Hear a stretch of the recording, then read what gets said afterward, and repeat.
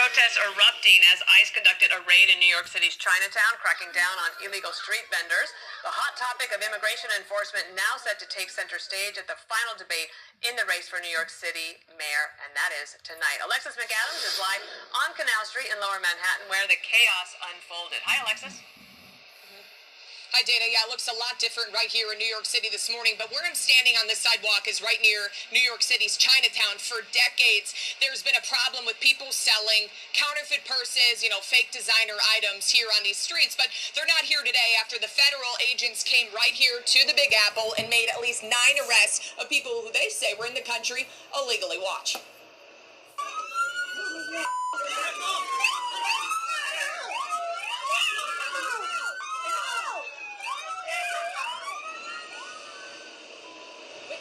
Recording there on their cell phones as agents with ICE, FBI, ATF, and other federal law enforcement agencies pulled up yesterday afternoon. It's part of a crackdown on illegal street vending, according to DHS. So when the feds started to make arrests, protesters stepped in, chasing agents to the nearby federal immigration building. We've seen protests there before, and it happened again.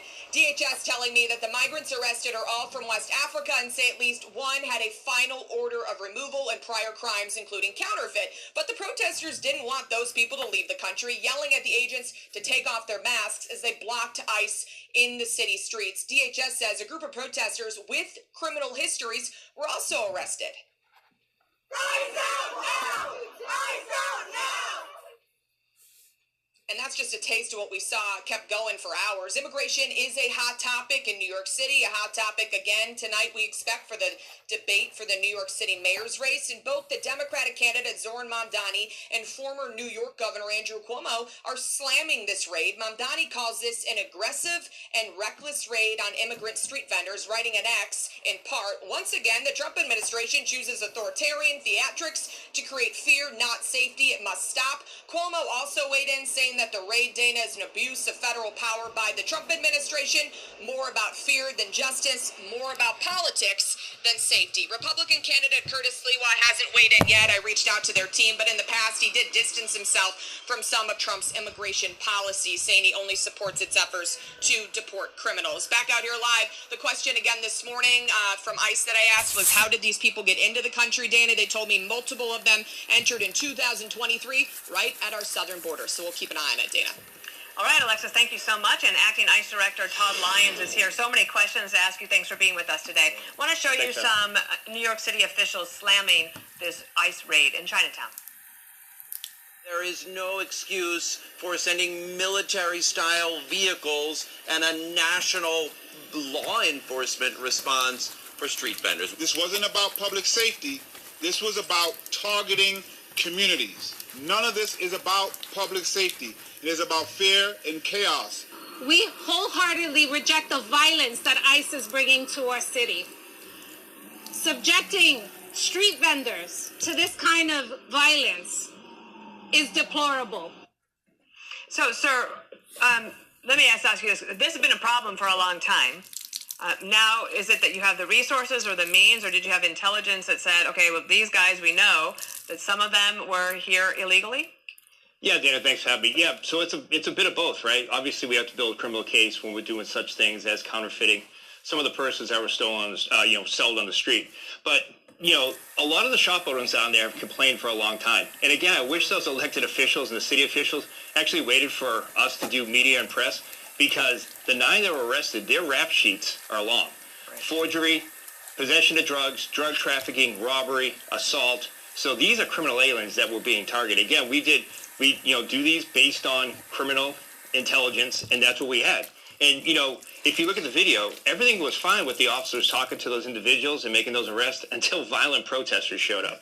That was my second question, which is, were those protesters was it just organic? They just happened to be there, or did they have some sort of heads up, do you think? Honestly, we're still looking at both angles of that. Obviously, that protesters came up really quick and fast, so we have to look and see what kind of situation that led to. But that's one of the reasons why you saw that Bearcat, the special response team vehicle out there, because we know everywhere we go, because of elected officials' rhetoric against violence on ICE, we have these protests. So what I'd like to ask the city officials are, they talk about street vendors, but that's illegal. and they've been calling on the city to do something about it. But again, we arrested criminally illegal aliens that have horrible rap sheets. So is that the people they want to protect? I don't think so. Sir, we have an election here in less than 2 weeks. Is this just the first bite of the apple, so to speak, on what people in New York can expect to see? Well, I think for the people in New York, they're going to see ICE and our other federal partners do the law enforcement mission, right? This wasn't something just organically happened overnight. We decided to go hit Canal Street. With any criminal investigation, you have to build up intelligence. You have to work with sources. You have to go ahead and have the right evidence and work with the U.S. Attorney's Office. So, but you will see an increase in ICE arrests because there are so many criminally illegal aliens that have been released in New York specifically, and especially that are being harbored in, New York from the lack of cooperation there in New York City. So you will see us making those criminal arrests to make New York safe again. But I will tell you that it's definitely intelligence-driven. It's not random. We're just not pulling people off the street. There was a specific reason based on criminal intelligence and criminal activity that we showed up on Canal Street. All right, let me also then take you to Los Angeles and the vehicles that were rammed. Let me just get your take on it before we show anything that the Democrats were saying. I mean, a TikToker who obviously he wants attention, and he certainly got it. Yeah, it kind of boggles my mind as a career law enforcement officer. If you're in the country legally and doing illegal things, why you want to broadcast yourself on any type of social media platform.